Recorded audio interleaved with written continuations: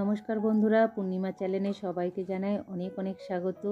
তো বন্ধুরা, আজ আমি চলে এসেছি নতুন একটা রেসিপি নিয়ে, ক্রিসপি চিকেন পকোড়া তো অনেক খাওয়া হয়েছে।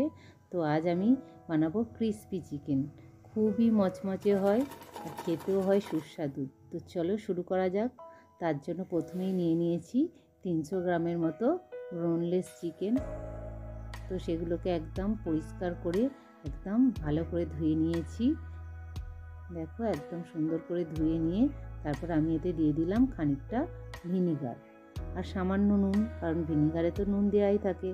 তারপরে এতে দিয়ে দিচ্ছি আদা রসুনের পেস্ট, তারপরে নুন, তারপরে লঙ্কা গুঁড়ো, ধনে জিরে গুঁড়ো, কাশ্মীরি লঙ্কা গুঁড়ো, সমস্ত কিছু দিয়ে আমি ভালো করে মিক্সড করে নিচ্ছি। আর সামান্য তেলও দিয়েছিলাম, আর কাশ্মীরি লঙ্কাটা একটুখানি রঙের জন্যই দিয়েছিলাম। তারপর এইগুলোকে সুন্দর করে মাখিয়ে নিয়ে এগুলোতে চাপা দিয়ে রেখে দেবো। আর একটা পাত্রে আমি দেখো ডোটার জন্য একটা ডিম নিয়ে নিয়েছি, আর 1 চামচের মতো কর্নফ্লাওয়ার নিয়েছি, আর নিয়েছি একটু মরিচ গুঁড়ো।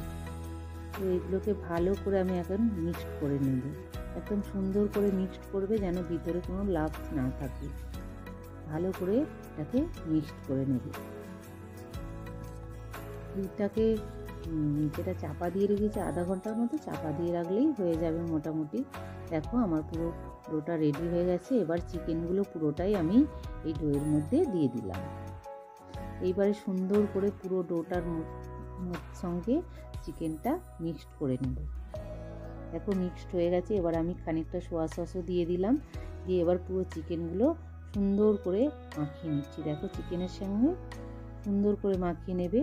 দেখো, মাখানো আমার হয়ে গেছে। তো এখন আমি চাপা দিয়ে রেখে দেবো আরও আধ ঘন্টা। তো অন্য আর একটা পাত্রে আমি এদিকে নিয়ে নিচ্ছি, দেখো 2 চামচের মতো কর্নফ্লাওয়ার, আর নেব 2 চামচের মতো বিস্কুটের গুঁড়ো, আর নেব সামান্য নুন আর মরিচ গুঁড়ো। তো সেগুলোকে এখন সুন্দর করে মিক্সড করে নিচ্ছি শুকনো অবস্থায়। বিস্কুটের গুঁড়ো দিলেই ক্রিস্পি হয়। তো এরপর আমি এই একটা করে চিকেনের টুকরো নেব, আর ওই শুকনো যে ডোটা রেডি করেছি ওর মধ্যে সুন্দর করে দিয়ে মাখিয়ে নেব। মানে পুরোটা ভালো করে এদিক ওদিক করে সুন্দর করে মাখিয়ে নেবে, যেন কোনো দিকটা না বাদ যায়। তো আমার তো এই দিয়ে চামচ দিয়ে হচ্ছিল, আমি এবারে হাত দিয়ে সুন্দর করে মাখিয়ে নিচ্ছি। একটা একটা করে পিস তুলবে, সব পিস কিন্তু একসাথে তুলবে না, একটা একটা করে পিস তুলবে। তুলে এইভাবে সুন্দর করে প্রত্যেকটা দিক ভালো করে এই শুকনো ডোটার মধ্যে দিয়ে ভালো করে মাখিয়ে নেবে। এক পিস করে তুলবে। আর চিকেনের পিসগুলো খুব বড় করবে না, এইরকম মাঝারি সাইজের করবে। দেখো, প্রত্যেকটা টুকরোকে আমি একটা একটা করে ধরে ধরে পুরো এই শুকনোর মধ্যে লাগিয়ে, দেখো পুরোটা আমার রেডি করা হয়ে গেছে। তো চলো, ওইদিকে আমি তেলও গরম করতে দিয়ে দিয়েছি। তো এবার আমি একটা একটা করে নেব। তেলটা একটু গরম হয়ে গেলে নিয়ে আর ভাজবো। দেখো, এবার তেল গরম হয়ে গেছে। তো আমি এখন একটা একটা করে নিয়ে তেলের মধ্যে দিয়ে দিচ্ছি। এইভাবে তোমরা বানিয়ে খেয়ে দেখো বন্ধুরা, বেশ সুন্দর খেতে হয়। তারপর তো দেখো, একটা একটা করে নিয়ে আমি তেলের মধ্যে দিয়ে দিয়েছি। তো এক পিঠ হয়ে গেছে, আমি এবার এখন উল্টে দেব।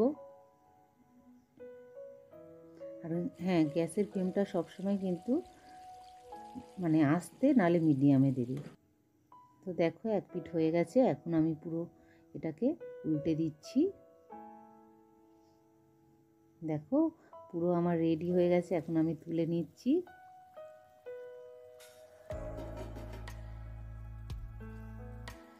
বলে বাকি চিকেনগুলো এবার আমি তেলের মধ্যে দিয়ে দিলাম, দিয়ে তুলে নিলাম। তো তোমরা এইভাবে বানিয়ে তোমরা একবার খেয়ে দেখো বন্ধুরা, বেশ সুন্দর খেতে হয়। চিকেন পকোড়ার থেকেও সুন্দর খেতে হয়। আর আওয়াজটা শুনে বুঝতে পারছো তোমরা যে কতটা ক্রিস্পি হয়েছে। তো এইভাবে আমি সমস্তগুলো ভেজে নিচ্ছি। ওদিকে আর এক খোলা ভাজা হচ্ছে লাস্ট। তো আমার তো এখানে মোটামুটি রেডিও হয়ে গেছে। দেখো, তোমরা স্যালাড দিয়েও খেতে পারো, সস দিয়েও খেতে পারো।